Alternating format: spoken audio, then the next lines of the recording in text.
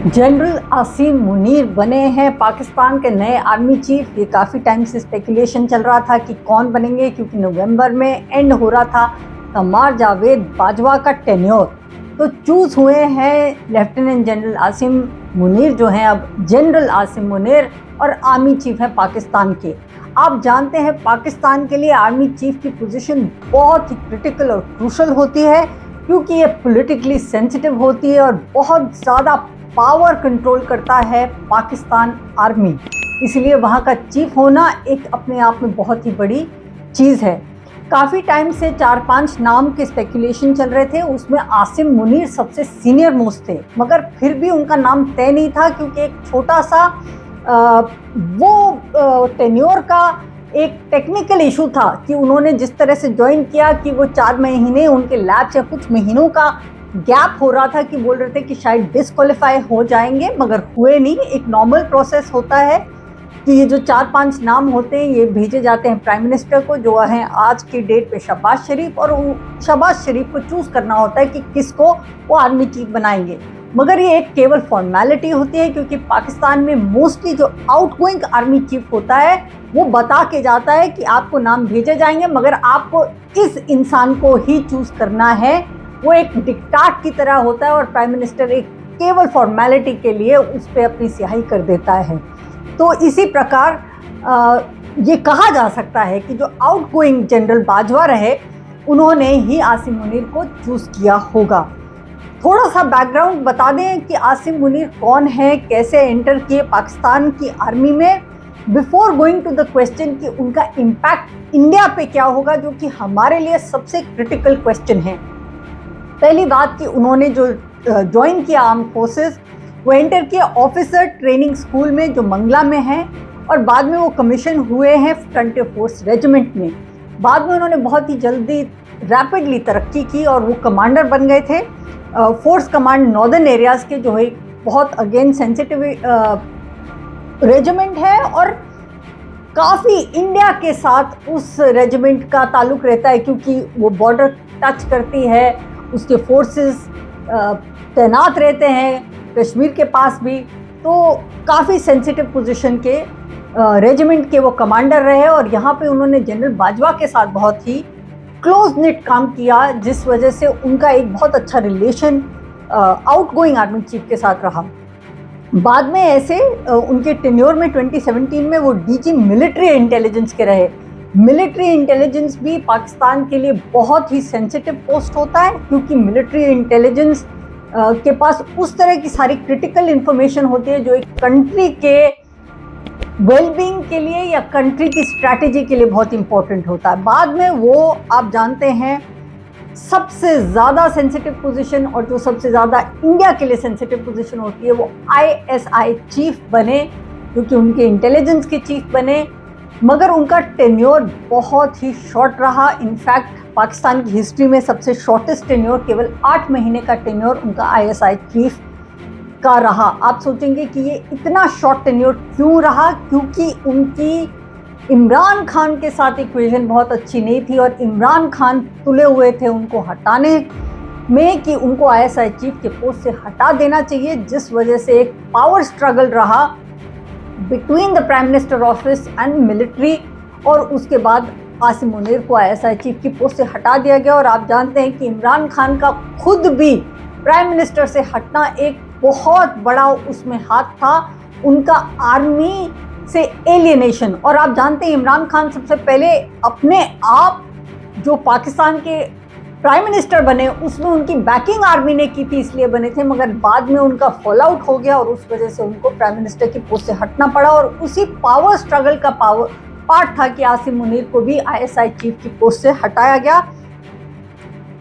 इसमें बहुत ही speculative story है, और स्पेक्युलेटिव भी है जिसमें काफ़ी रियलिटी भी बेस्ड है, उसमें तथ्य भी हैं जो इन्वेस्टिगेटिव जर्नलिज्म पाकिस्तान के बहुत बेहतरीन जर्नलिस्ट ने काम करके निकाला कि किस कारण से इन दोनों में इतना फॉल आउट हुआ, कि आसिम मुनीर से उनकी क्यों नहीं इमरान खान की बनी और ISI चीफ के पोस्ट से हटाया गया। और उसमें जर्नलिस्ट का मैं नाम ज़रूर देना चाहूँगी, हमज़ा अज़हर सलाम, ये इन्होंने रिवील किया। इनके पास कुछ ऑडियो टेप्स थे जिसमें पता चला कि आसिम मुनीर ने रिवील कर दिया था कि इमरान खान की जो बीवी हैं बुशरा बीवी, जो आप जानते पीरनी भी हैं, अलग अलग स्पेकुलेशन है उनकी बीवी को लेकर कि जैसे पीर और पीरनी होते हैं उस तरह से वो पीरनी है, और कहा जाता है स्पेकुलेटिव टर्म में कि वो जिन्स को कैद रखती हैं, वो फ्यूचर फोरकास्ट कर पाती हैं, वो अलग अलग स्टोरीज हैं कि वो मीट वगैरह खिलाती है जिन्स को और वो जिन उनके काम करते हैं। अजीब व गरीब स्टोरीज है पाकिस्तान के इमरान खान की बीवी को लेके। और कहा जाता है कि उन्होंने शादी भी इमरान खान से इसीलिए की और उन्हें कहा था कि अगर तुम मुझसे शादी कराओगे तो तुम प्राइम मिनिस्टर बन जाओगे, जो कि एक तरह से हकीकत रही क्योंकि उनकी शादी के बाद ही वो प्राइम मिनिस्टर बने। मगर ये तो सब एक जो मीडिया में और जो सारी कहानी वहाँ से निकल के आती है, जो काफ़ी एक्चुअली जर्नलिस्ट ने पता किया, वहाँ पे एक्चुअली पाकिस्तान में पीरों का एक बहुत बड़ा कल्चर है और पीर और पीरनियों का कल्चर, और वो भी एक पीरनी है। तो आप जानते हो उनकी तीसरी बीवी है इमरान खान की। तो उनको लेके इस जर्नलिस्ट ने जो अजहर सलाम हैं, इन्होंने निकाला ऑडियो टेप रिवील किए कि डायमंड नेकलेस एक बिजनेसमैन जो थे उनकी तरफ से ब्राइब में दिए गए उनकी बीवी को, इमरान खान की बीवी को। और आसिम मुनीर को इसके बारे में पता था क्योंकि वो ISI के चीफ थे, उनके पास सारी इंटेलिजेंस रहती है। उन्होंने कन्फ्रंट किया था इमरान खान को ये कह के कि आपकी बीवी ब्राइब लेती है, और उन्होंने डायमंड के नेकलेस लिए हैं एक बिजनेसमैन से। और दूसरा ये कहा कि जो तोशा खाना है, तोशा खाना पाकिस्तान में ऐसी जगह है जहाँ पे सारे स्टेट गिफ्ट्स जो मिलते हैं मिनिस्टर्स को, प्राइम मिनिस्टर को, ये जो सारे स्टेट गिफ्ट्स होते हैं जो बाकी देश देते हैं, वो सारे गिफ्ट तोशा खाना में दाखिल हो जाते हैं और वो गवर्नमेंट प्रॉपर्टी होते हैं, वो कोई पर्सनल प्रॉपर्टी नहीं होते। इसलिए अगर कोई फॉरेन विजिट पे जाए और उस मिनिस्टर को कोई गिफ्ट दिया जाए बहुत महंगा, तो वो गिफ्ट उसको सबमिट करना होता है तोशा खाना में, और वो गिफ्ट जो है वो गवर्नमेंट की प्रॉपर्टी बन जाती है, उस मिनिस्टर की नहीं होती। उसमें ऑडियो टिप में ये लीक हुआ कि बुशरा बीवी जो इमरान खान की बीवी है, इमरान खान की बीवी है, उन्होंने तोशा खाना के 3 बहुत कीमती घड़ियों को भी बेचा 3.5-4 करोड़ रुपए की कीमत में, और वो पैसा भी बुशरा बीवी को गया। तो तोशा खाना जो गवर्नमेंट प्रॉपर्टी थी वो पर्सनल प्रॉपर्टी की तरह इमरान खान ने यूज़ की और 3 बहुत ही महंगी घड़ियों को 3.5-4 करोड़ की कीमत में बेचा गया, और वो पैसा भी बुशरा बीवी को गया। ये कहा जाता है कि सारी इंटेलिजेंस ISI के पास तो रहती है। आसिम मुनीर ने जाके इमरान खान को कन्फ्रंट किया और कहा कि आपकी वाइफ इस तरह से ब्राइब एक्सेप्ट करती है और इस तरह से पैसे जो इलेजिटिमेट हैं, उनके नहीं हैं, वो पैसे आपकी फैमिली में जा रहे हैं, जो मेन पॉइंट ऑफ कंटेंशन रहा। और उसके बाद आसिम मुनीर को इमरान खान ने हट करके उतार दिया उस पोजीशन से, और उस पोजीशन में लेके आए थे वो लेफ्टिनेंट जनरल फैज़ हमीद को।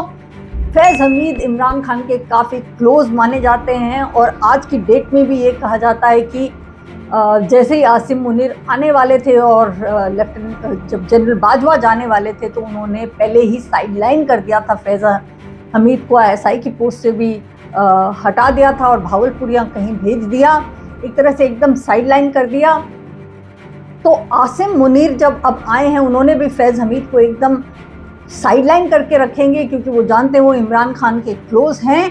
मगर फैज़ हमीद के बारे में कहा जाता है कि वो पॉलिटिकल रोल या पॉलिटिकल स्ट्रैटेजी में काफ़ी हद तक शामिल होने वाले हैं, और पाकिस्तान की जो पाकिस्तान तहरीक इंसाफ मतलब PTI जो इमरान खान की पार्टी है, उसकी स्ट्रैटेजी में काफ़ी हद तक मदद करेंगे और इमरान खान के साथ अलाइन होने की पूरी तैयारी है।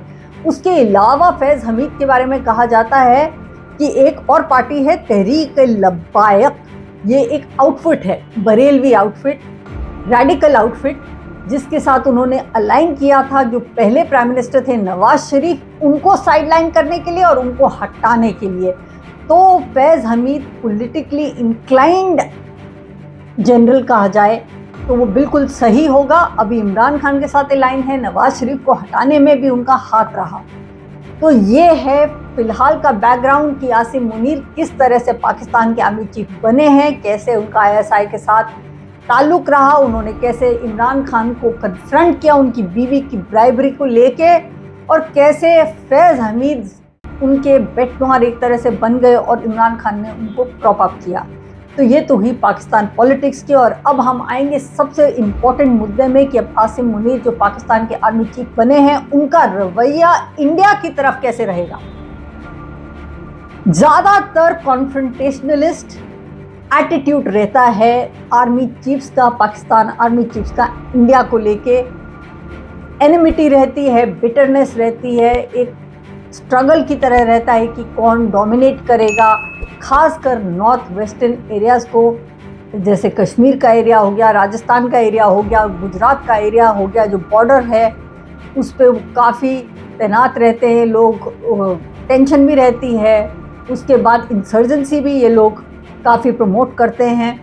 ये हमने काफ़ी टाइम से देखा है, हमने 26/11 के प्लॉट्स भी देखे जहाँ की आर्मी का काफ़ी क्लियर हाथ था ये हैंडलर्स को लेके। तो आर्मी चीफ का रवैया क्या रहेगा इंडिया को लेके, बहुत ही इम्पोर्टेंट क्वेश्चन होता है।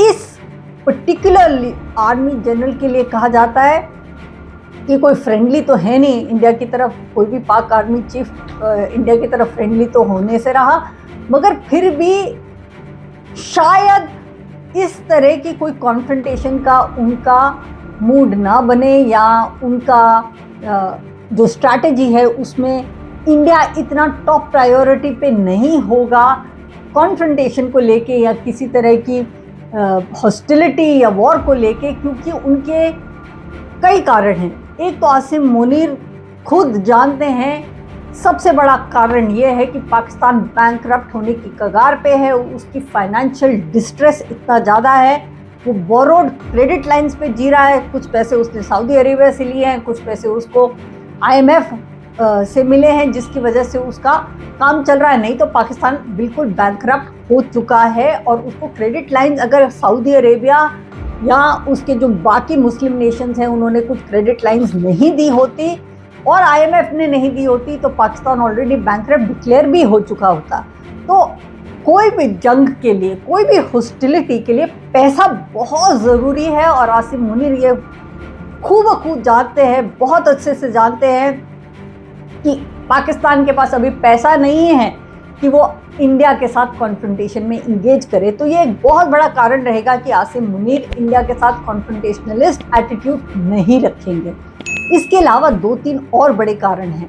एक है उनका कारण अफ़गानिस्तान। अफ़गानिस्तान में भी पाकिस्तान बहुत इंगेज रहा है। उन्होंने सोचा था कि एक बिल्कुल केक वॉक होगा, अमेरिका निकल चुका है, तालिबान की गवर्नमेंट बन चुकी है जो एकदम हैंड इन ग्लव है, पाकिस्तान के सपोर्ट से बनी है। तो एकदम उनकी एक जो डेप्थ है, जो स्ट्रेटेजिक डेप्थ है, उनको मिल जाएगी अफ़गानिस्तान से, और एक हद तक मिली भी। मगर तालिबान का एटीट्यूड इतना फ्रेंडली भी नहीं है जितना उन्होंने स्पेकुलेट किया था कि वो बेस्ट फ्रेंड्स की तरह रहेंगे, जिस तरह की चाइना रहता है। तालिबान को भी कुछ इश्यूज हो रहे हैं पाकिस्तान के साथ। और दूसरी बात यह है कि इंडिया जिसका काफ़ी एक्टिव रोल था अफ़गानिस्तान में, उसका भी कुछ हद तक रोल तो कम हुआ है अफ़गानिस्तान में, जिस कारण से खुद पाक आर्मी चीफ इतने इंगेज रहेंगे अफ़गानिस्तान को लेके। और वो जानते हैं कि जब वहाँ पे गवर्नमेंट बनने वाली थी तो फैज़ हमीद जो उनके बेटनुहार है वो गए थे, तो वो अपना खुद का रिलेशनशिप अफ़गानिस्तान के तालिबान के साथ भी बिल्ड करना चाहेंगे। कुछ उनका टाइम, एनर्जी और स्ट्रैटेजी अफ़गानिस्तान की तरफ डायरेक्ट हो जाएगी, और उतना समय नहीं होगा कि इंडिया के बारे में ही वो सोचते रहे। तो ये दूसरा बहुत बड़ा कारण है, एक पैसे का और दूसरा अफ़गानिस्तान। और तीसरा सबसे बड़ा कारण है उनकी डोमेस्टिक पॉलिटिक्स। मैंने आपको अभी एक बैकग्राउंड दिया था उनकी डोमेस्टिक पॉलिटिक्स का कि वहाँ पे इंटरनल कॉन्ट्रडिक्शंस इतने हैं। इमरान खान उनके अगेंस्ट है, फैज़ हमीद के साथ वो जानते हैं कि वो इमरान खान के साथ अलाइन रहेंगे। पॉलिटिकल सिचुएशन जिस तरह की अभी पाकिस्तान में है, आसिम मुनीर काफ़ी हद तक उनकी एनर्जी और टाइम जाएगा डोमेस्टिक पॉलिटिक्स में और डोमेस्टिक अलाइनमेंट्स में। और उसके अलावा एक बहुत ही इम्पॉर्टेंट डेवलपमेंट हुआ है, और वो है तो पाकिस्तान तालिबान के साथ एक बहुत बड़ा इम्पोर्टेंट फैक्टर रहेगा आसिम मुनीर के लिए, और वो है कि उन्होंने जो सीज फायर था वो बोला है, कॉल ऑफ कर दिया है। पाकिस्तान तालिबान ने कह दिया है कि वो नो लॉन्गर जो इस्टेब्लिशमेंट आर्मी और ISI को कहा जाता है पाकिस्तान में, उसके साथ जो एक सीज फायर था वो कॉल ऑफ कर देंगे, और वो अब इंटरनल हॉस्टिलिटी करेंगे, मतलब कि वो इंटरनल अटैक्स पाकिस्तान में कर सकते हैं। तो पाकिस्तान तालिबान का cease fire, internal cease fire हटाना बहुत बड़ा एक एरिया ऑफ कंसर्न होगा आसिम मुनीर के लिए, और वो चाहेंगे कि उनको एट बे रखा जाए, उनको किस तरह से कंट्रोल किया जाए, और अंदर कुछ इस तरह के वो लोग विस्फोट या कुछ तरह के मॉस्क्स पे अटैक या शिया कम्युनिटी पे अटैक, इस तरह के अटैक्स बहुत ज़्यादा बढ़ ना जाए, या उनके खुद आर्मी के ऊपर अटैक, इस तरह की चीज़ें इंटरनली उनको टेरर आउटफिट से, हार्डलाइन आउटफिट से उनको फेस ना करना पड़े। तो ये भी एक बहुत ही बड़ा चैलेंज रहेगा आसिम मुनीर के पास। इसलिए कहा जा सकता है कि जनरल आसिम मुनीर के हैंड्स आर फुल, उनके पास खूब काम है, इंटरनली पैसा नहीं है, अफगानिस्तान है, बहुत सारे कॉन्ट्रडिक्शंस को उनको रिजॉल्व करना पड़ेगा। इसलिए मोस्ट लाइकली वो जो सीज फायर इंडिया के साथ चल रहा है उसको मेंटेन रखेंगे, और वो स्टेटस क्यू को डिसरप्ट इंडिया के साथ कम से कम फिलहाल के लिए नहीं करना चाहेंगे।